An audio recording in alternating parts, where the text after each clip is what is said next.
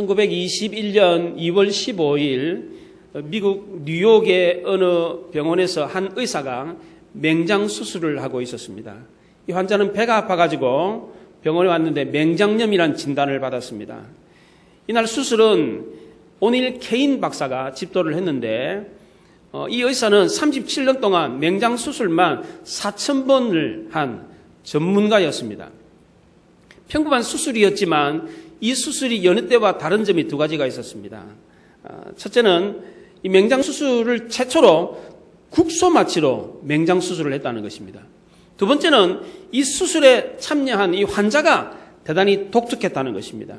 이 수술을 집도한 케인 박사는 전신마취를 반대했습니다. 그때까지만 해도 수술을 할 때는 반드시 전신마취를 해야만 하는 국소마취를 하지 않았습니다.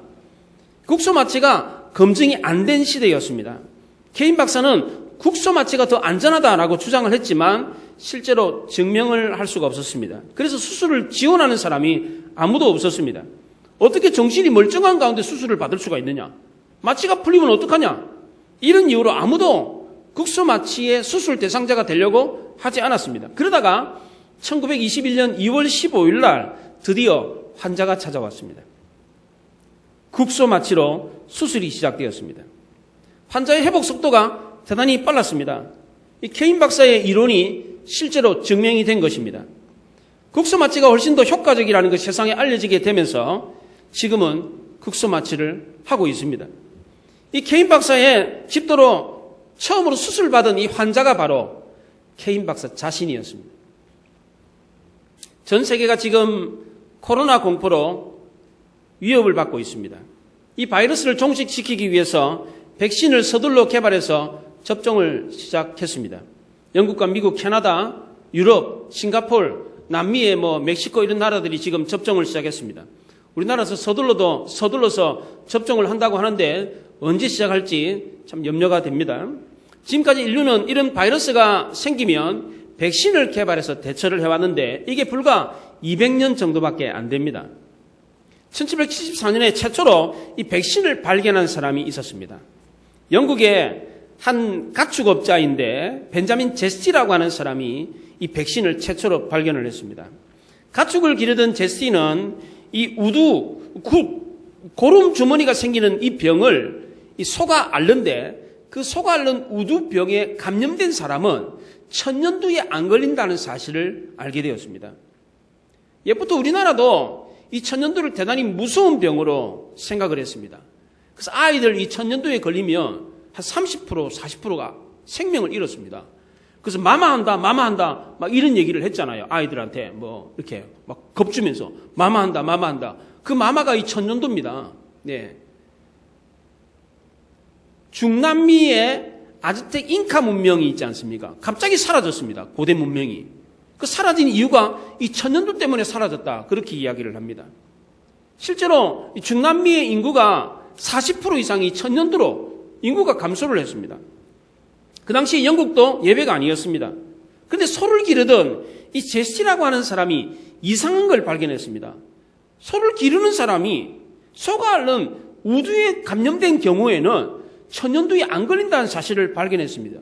그래서 마을 사람들한테 얘기를 했는데 아무도 믿지를 않았어요. 이때 제스티가 자기 부인과 두 아들에게 소고름을 짜가지고 그 고름을 주사를 했어요. 부인과 아들에게. 그러더니 실제로 천년두에 안 걸린 겁니다. 그 이후에 그 마을 사람들이 다 이 천년두에 접종을 받았는데 그 당시에는 주로 주사로 이 천년두에 이 우두 접종을 받은 것이 아니라 이 소고름을 콧구멍에다 집어넣었어요. 주로 콧구멍에다가 밀어 넣어가지고 그래가지고 이렇게 감염을 막았다고 그래요. 1796년에 에드워드 제너라고 하는 의사가 이 소문을 듣게 됐습니다.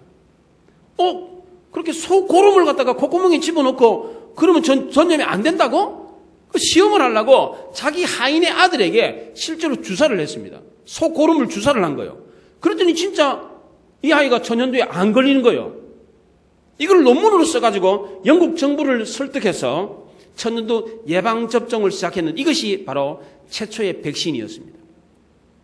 이 놀라운 업적은 자기 하인의 아들에게 주사했던 에드워드 제너에 의해서 발견된 것이 아니라 자기 아들에게 주사했던 벤자민 제스티에 의해서 발견되었다는 것입니다. 만약 그때 벤자민 제스티가 그 소고름을 자기 아들들에게 주사하지 않았더라면 누가 알았겠습니까? 누가 이걸 증명해 보이겠어요?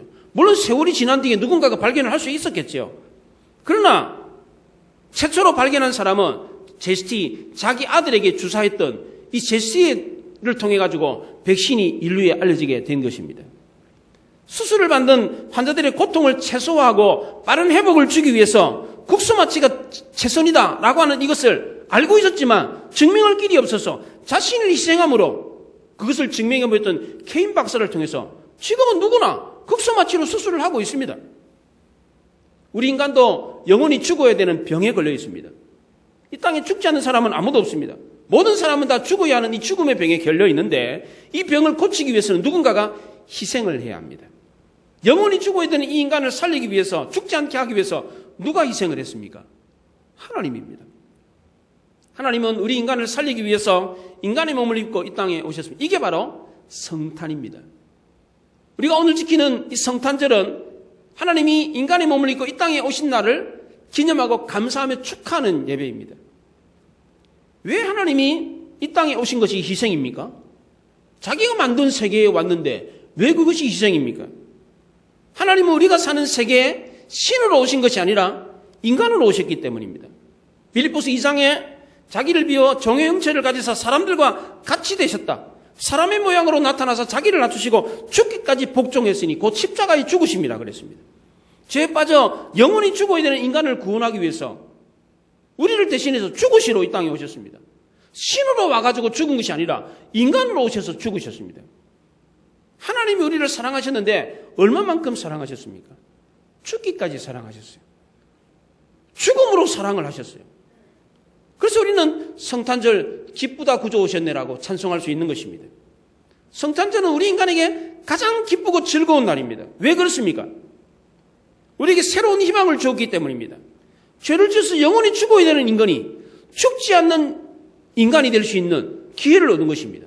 이 회복을 얻은 겁니다. 이 회복은 잠시 잠깐의 회복이 아닙니다. 영원한 회복입니다.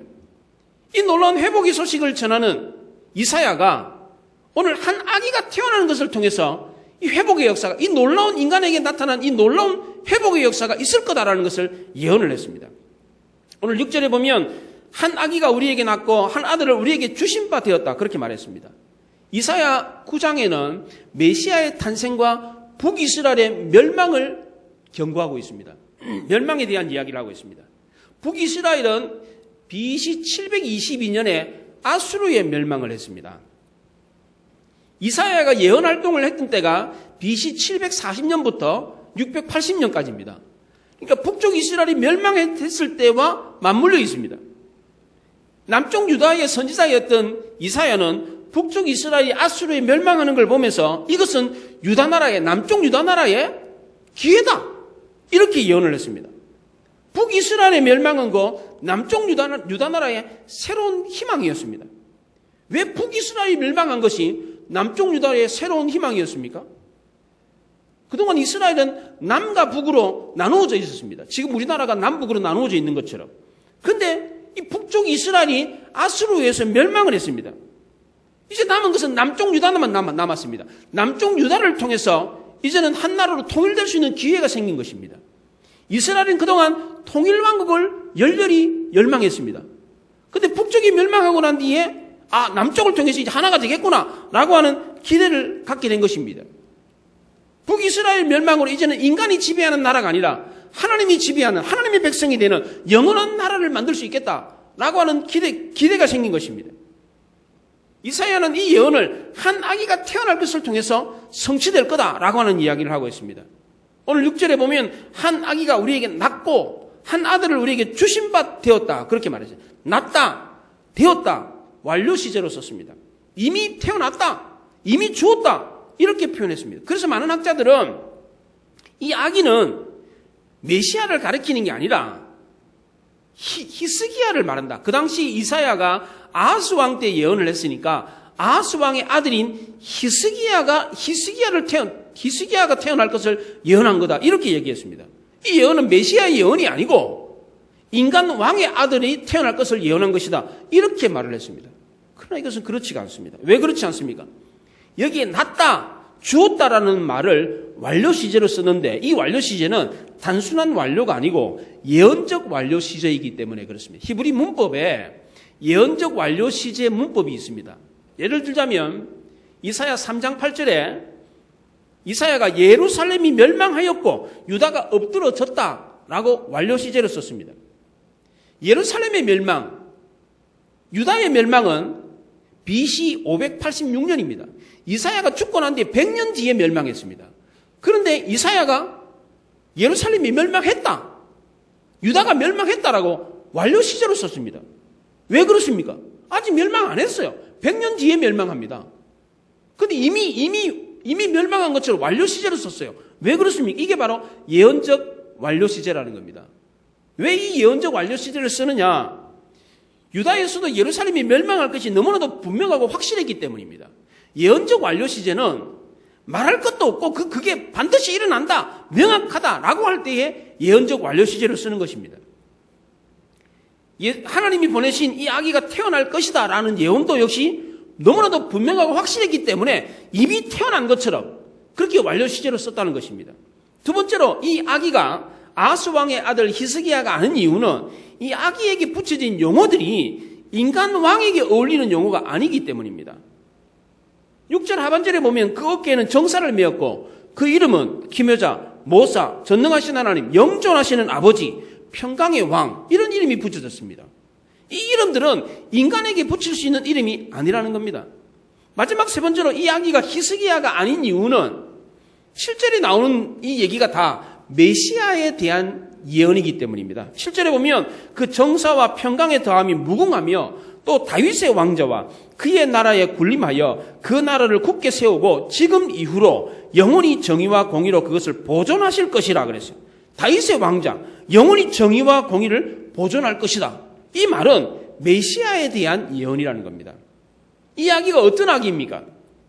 6절 중반절에 보면 어깨에 정사를 메었다고 합니다. 정사, 정치적인 일이라는 뜻입니다. 한자의 뜻은. 그러나 원래 이 히브리의 원어의 정사라는 말은 정치적인 일이라는 뜻이 아닙니다. 여기 정사라는 말은 통치권을 말합니다. 그래서 사도 바울은 빌립보서 2장에서 이름으로 하나님이 그를 지극히 높여 모든 이름 위에 뛰어난 이름을 주사 하늘에 있는 자들과 땅에 있는 자들과 땅 아래에 있는 자들로 모든 무릎을 예수의 이름에 꿇게 하시고 그랬어요.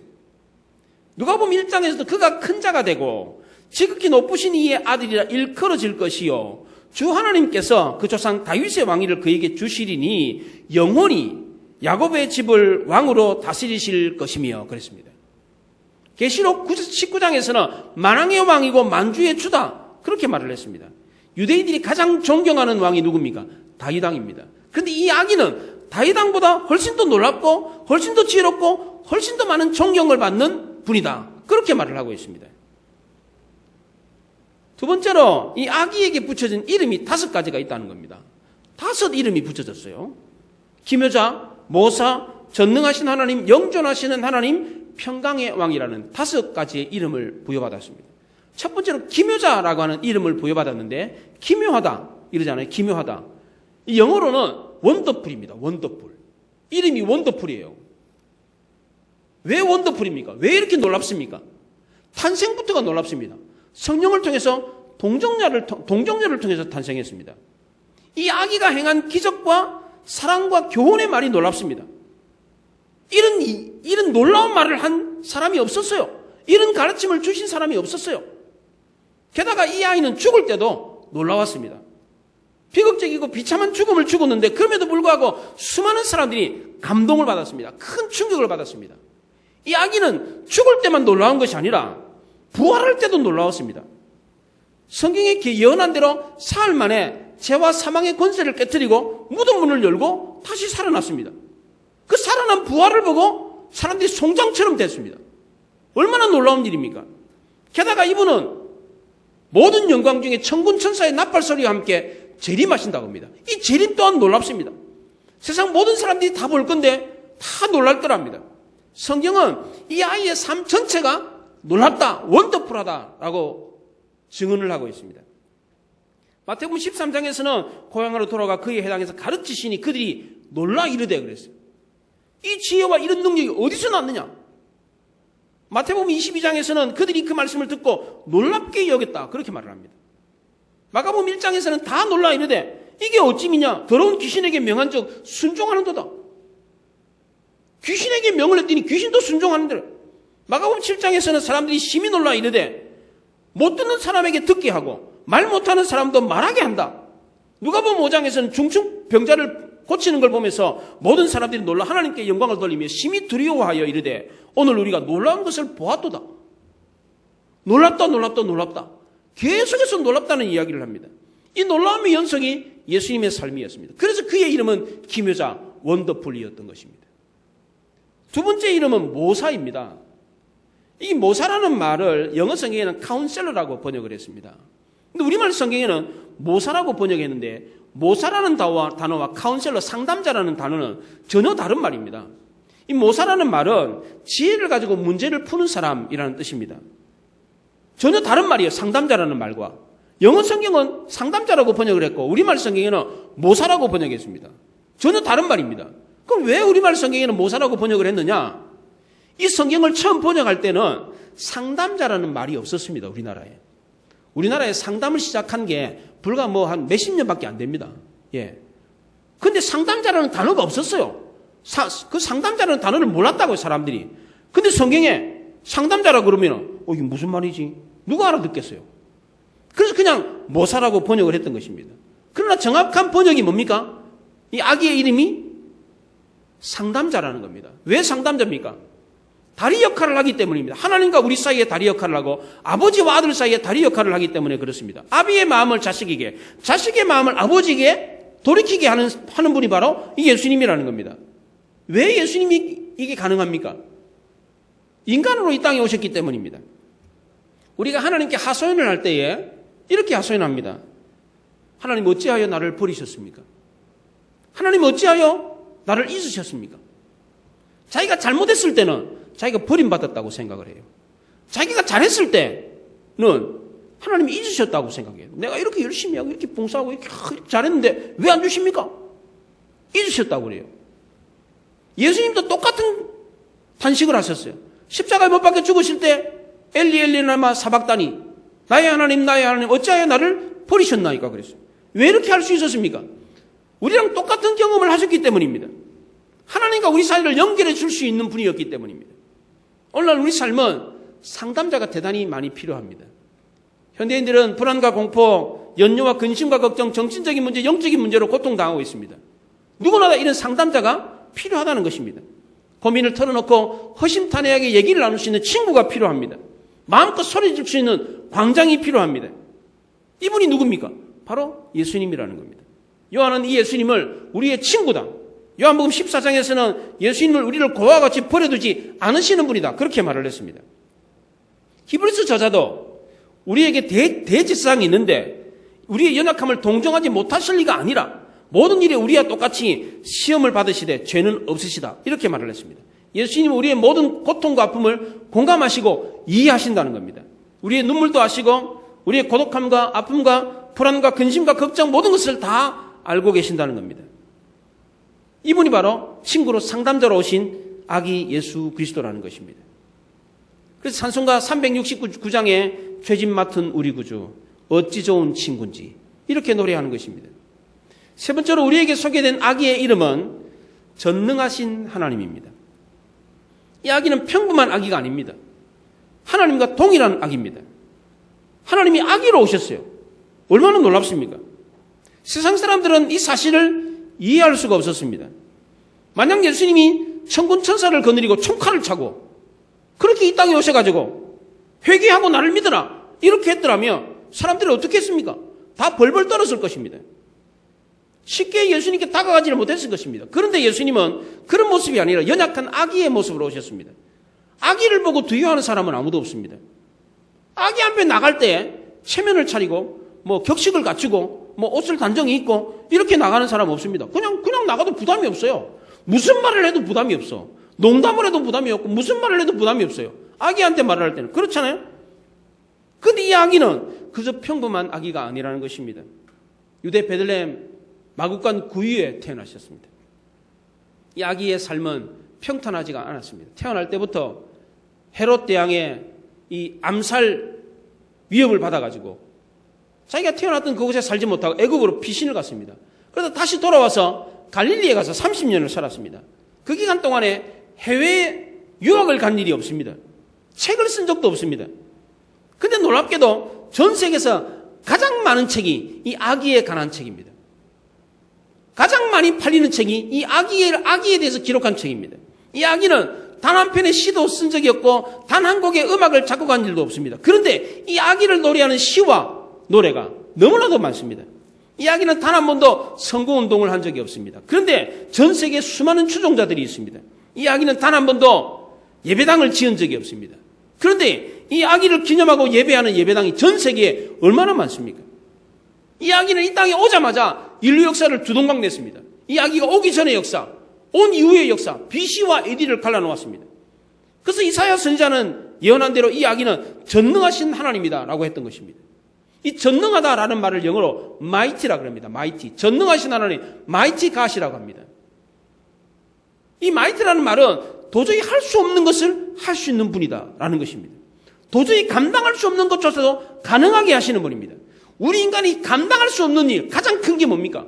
인간으로서 절대 감당할 수 없는 게 있습니다. 그게 뭡니까? 죽음입니다. 죽음은 그 어느 인간도 감당할 수가 없습니다. 이 죽음이라는 것이 무엇입니까? 생명이 끊어지는 것입니까? 물론 그렇습니다. 그러나 이 죽음은 단순히 생명이 끊어지는 것만이 죽음이 아닙니다. 하고 싶어도 할 수가 없고 하지 않으려고 해도 하게 되는 것, 끊을래야 끊을 수 없는 것, 이것도 죽음입니다. 이게 인간이 도저히 할 수 없는 것, 감당할 수 없는 것, 이게 죽음인 거예요. 마이티 갓이라는 것, 이것조차도 다 뛰어넘는 분이라는 겁니다. 네 번째로 우리에게 소개한 아기의 이름은 영존하시는 아버지다, 그렇게 말했습니다. 여기 영존하다라는 말은 영원히 존재한다라는 뜻입니다. 우리나라 말은. 근데 원래 이 히브리 원어의 이 영존하다는 단어는 그런 뜻이 아닙니다. 영어로 이 영존하다는 단어를 everlasting이라고 그랬습니다. 영원히 존재하는 하나님, 그러면 forever이라고 써야 돼요. 영원한 하나님이라고 써야 됩니다. 그렇게 번역을 해야 돼요. 근데 그렇게 번역하지 않고 영어에서는 everlasting이라고 했어요. 영원히 지속된다 라고 하는 뜻으로 번역을 했습니다. 이 영존하다는 말은 영원히 존재한다는 뜻이 아니라 영원히 지속된다, 영원히 똑같다, 영원히 변함없다, 그런 뜻입니다. 이게 영원토록 변화없는 하나님, 영원토록 우리를 버리지 아니하시는 하나님, 잘나도 내 자식, 못나도 내 자식, 늘어지나 한결같이 우리를 사랑하시는 하나님, 한결같이 약속을 지키는 하나님, 신실한 하나님, 늘어지나 우리 곁에 계시는 하나님, 그런 하나님을 말하는 것입니다. 어머니의 사랑과 아버지의 사랑이 조금 다르죠. 어머니들은 자식이 잘하면 어떡합니까? 잘했다 잘했다 막 박수를 칩니다. 아버지들은 어떻습니까? 자식이 잘하면 그래? 알았어. 그래. 이럽니다. 그렇게 묵뚝뚝하고 반응이 없던 아버지가 그 자식을 사랑하는 그 사랑의 모습이 막 드러나는 경우가 있어요. 그 자식에 대한 사랑이 격동적으로 드러나는 경우가 있습니다. 어느 경우입니까? 자식이 정말 힘들 때입니다. 평소에 잘했을 때는 알았어. 이럽니다. 엄마들은 잘했다고 막 이렇게 표현을 하는데 아버지는 알았어. 이럽니다. 근데 그 아버지가, 그 무뚝뚝하던 아버지가 그 아버지의 사랑이, 자식에 대한 사랑이 더 크게 막 확짝 드러나는 경우가 있어요. 그게 어떤 경우예요? 자식이 정말 힘들 때입니다. 스바냐 3장 17절에 너희 하나님 여호와가 너희 가운데 계시니 그는 구원을 베푸실 전능자시라. 그가 너로 말미암아 기쁨을 이기지 못하시며 너를 잠잠히 사랑하시며 너로 말미암아 즐거이 부르며 기뻐하시리라. 그렇게 말했어요. 하나님이 우리를 사랑해가지고 기쁨을 이기지 못하고 잠잠히 우리를 사랑하신대요. 여기 잠잠히 우리를 사랑한다는 말은 조용히 사랑한다 이런 뜻이 아닙니다. 우리를 조용케 하면서 사랑한다 그런 뜻입니다. 무슨 말이냐면 하나님 저 정말 힘듭니다 막 그러잖아요. 그래 알았어. 하나님 왜 응답을 안 해주십니까? 알았어. 이렇게 사랑하신다는 거예요. 이게 하나님 아버지의 사랑이라는 거예요. 우리의 형편이 어떠하든지 간에 막 천지개벽을 하고 하늘이 무너지고 놀라운 일이 일어나도 하나님은 알았어요. 이렇게 한결같이 변함없이 우리를 사랑하신다는 겁니다. 이게 하나님의 사랑, 이게 영존하시는 하나님이라는 겁니다. 또한 이 아기의 이름이 영존하시는 아버지래. 어떻게 아기가 아버지로 태어날 수 있습니까? 빌립이 예수님께 아버지를 보여주십시오. 그랬더니 예수님이 뭐라 그랬습니까? 나를 본 자는 곧 아버지를 보았다. 예수님은 영원히 우리와 함께 하시는 아버지로 이 땅에 오신 것입니다.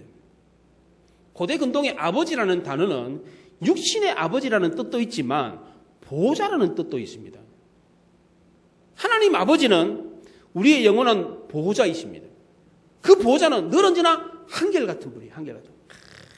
한결같은 분이. 우리가 막 난리를 치고 막 이렇게 해도 알았어. 이러시면서 한결같이 우리를 도우시며 우리의 필요를 제공해 주시는 그 사랑이 늘 언제나 한결같아요. 우리가 죄를 범하고 어떤 어려움을 겪어도 알았어. 내가 알고 있어. 너 죄져도 괜찮아. 알았어. 이러면서 우리를 잠잠히 사랑하신다는 거예요. 마지막 5번째로 우리에게 소개해 준 이름은 평강의 왕이라고 합니다.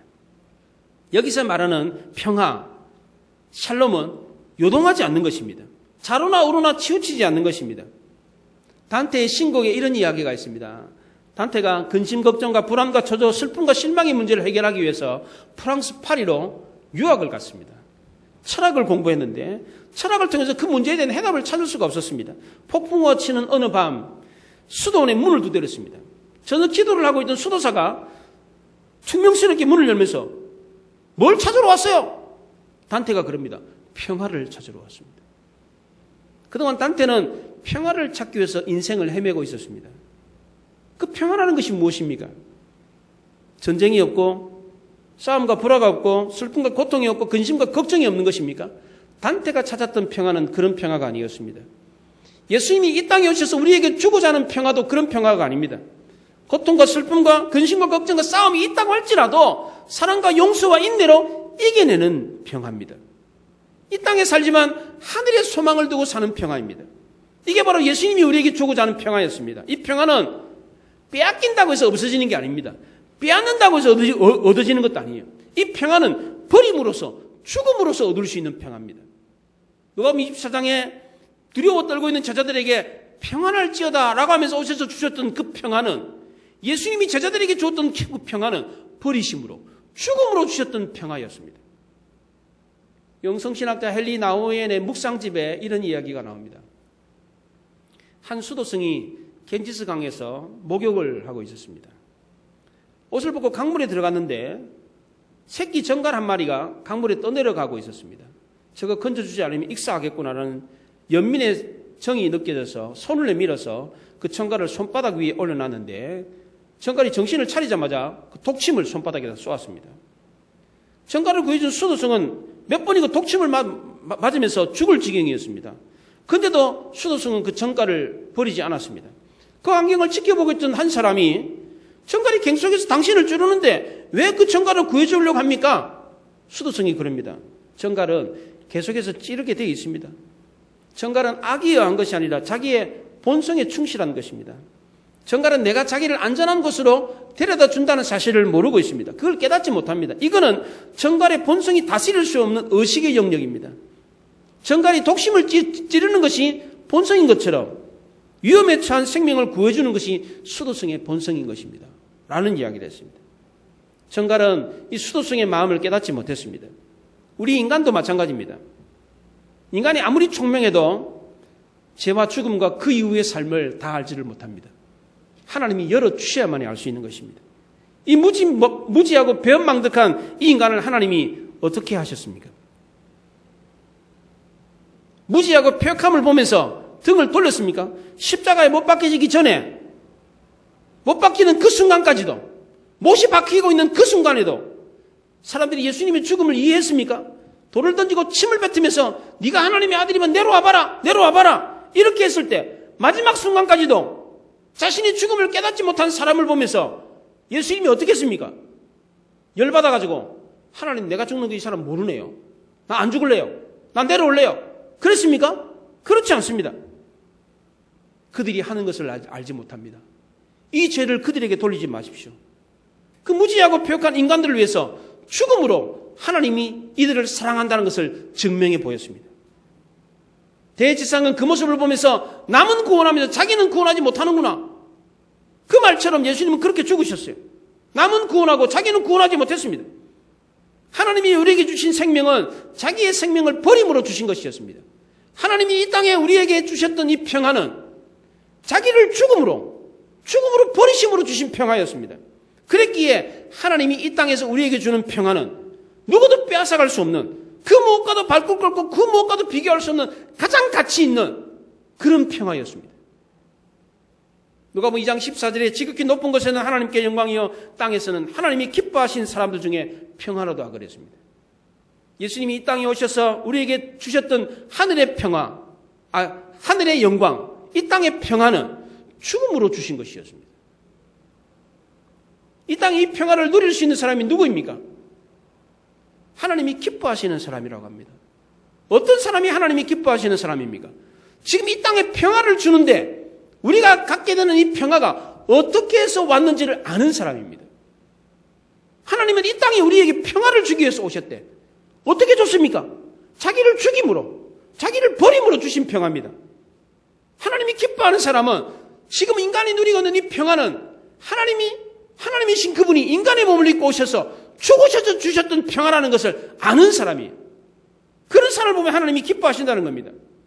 하나님은 예수님이 인간의 몸을 입고 이 땅에 오실 것이라는 이 예언을 이사야를 통해서 했습니다. 이사야 선지자가 예수님이 오시기 700년 전에 이 예언을 했습니다. 한 아기가 태어날 거다. 그 어깨는 정사를 메었고 그 이름은 기묘자 모사 전능하신 하나님, 영존하시는 하나님, 평화의 왕이다. 이런 이름으로 한 아기가 태어날 거다. 이 예언을 했습니다. 이 예언이 성취가 되었습니다. 이것을 믿는 사람이 이 평화를 얻는 것입니다. 하나님은 이사야뿐만 아니라 수많은 선지자를 통해서 이 모양 저 모양으로 여러 부분과 여러 모양으로 우리에게 이 말씀을 해 주셨습니다. 이것이 무엇입니까? 바로 우리가 갖고 있는 성경 말씀입니다. 여러분 모두 이 말씀을 믿음으로 하나님이 이 땅에 있는 우리에게 주고자 하는 이 평화를 자신을 죽임으로, 버림으로, 죽음으로 우리를 사랑하셨던, 죽음으로 주셨던 이 평화를 누리는 여러분들이 되시기 바랍니다. 기도하십시다.